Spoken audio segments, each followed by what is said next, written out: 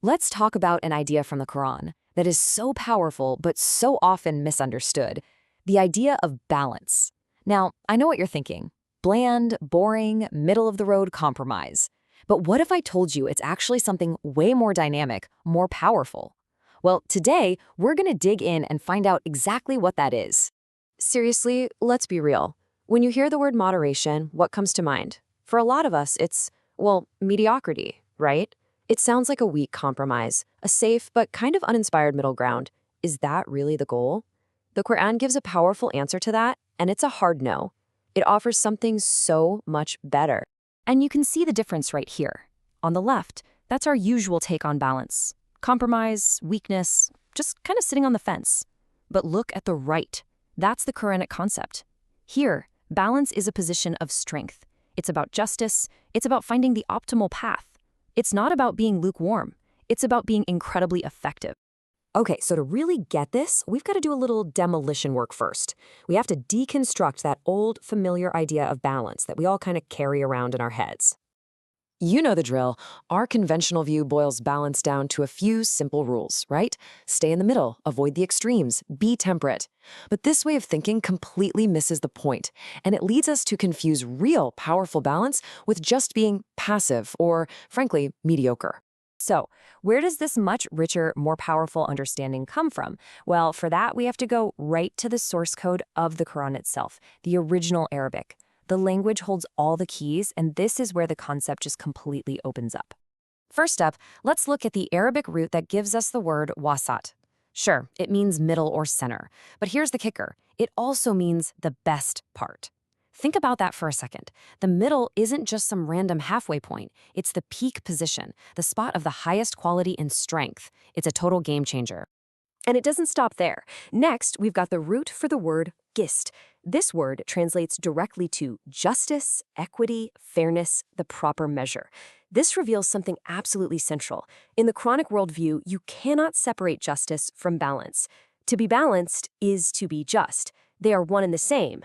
And just in case you thought that was a coincidence, look at the word adil. The root itself means to be equal, to balance, and to be just. The insight here couldn't be more direct. The very same letters, the same root, give us both justice and balance. They aren't just related concepts. They're two faces of the exact same coin. Okay, and finally, this is where it gets really dynamic. We have the term qawam. This is all about support, sustenance, finding the right measure that allows something to continue. And that's the key. This isn't a static, fixed point in the middle. It's a living equilibrium. It's the perfect amount of something you need for it to thrive, avoiding both too much and too little. All right, that was a pretty deep dive into the language. So what does all this look like in practice? How does the Quran actually apply this idea of dynamic balance in our everyday lives as a path between two extremes? This verse about spending is just a perfect example. It's talking about people who, when they spend money, aren't wasteful or extravagant. But on the other hand, they're not stingy either. Instead, their state is described as qawam, that perfect, sustainable, dynamic balance right in the sweet spot between two broken extremes. So let's break this down. On one end, you've got deficiency, miserliness, which the Quran poetically describes as having your hand chained to your neck. On the total opposite end, you've got excess, extravagance, which is like extending your hand so far you're left with nothing. The balanced path, that qawam, is what we could call sustainable generosity. It's the right measure that protects you from both social shame and financial ruin. And we see this exact same logic applied to something as basic as eating and drinking. The verse explicitly says to enjoy the food and drink, but it gives one clear boundary. Don't be excessive. The problem isn't the enjoyment. The problem is the transgression. So, the principle is really clear. This isn't about denying yourself or living a life of harsh austerity. Not at all. It's about integrating enjoyment with restraint.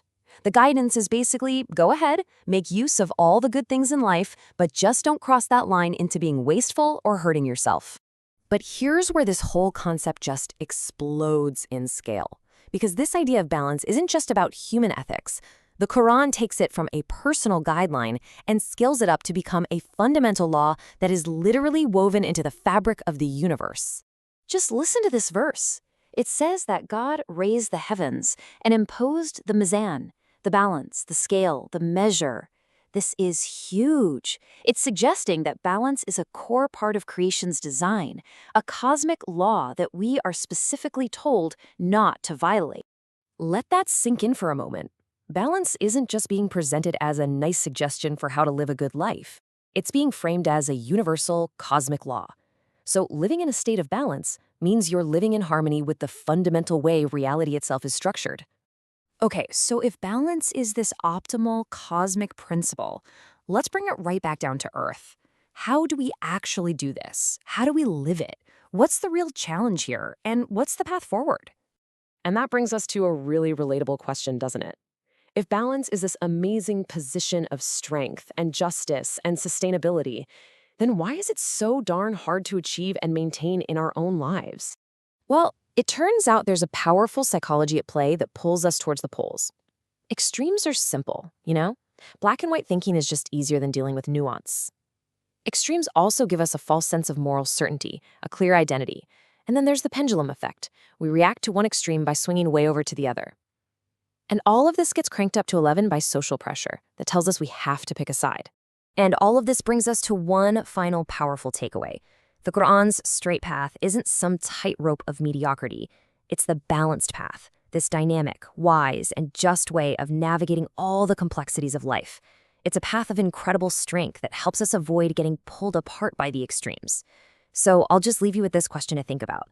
The straight path is the balanced path. Where are your feet planted today?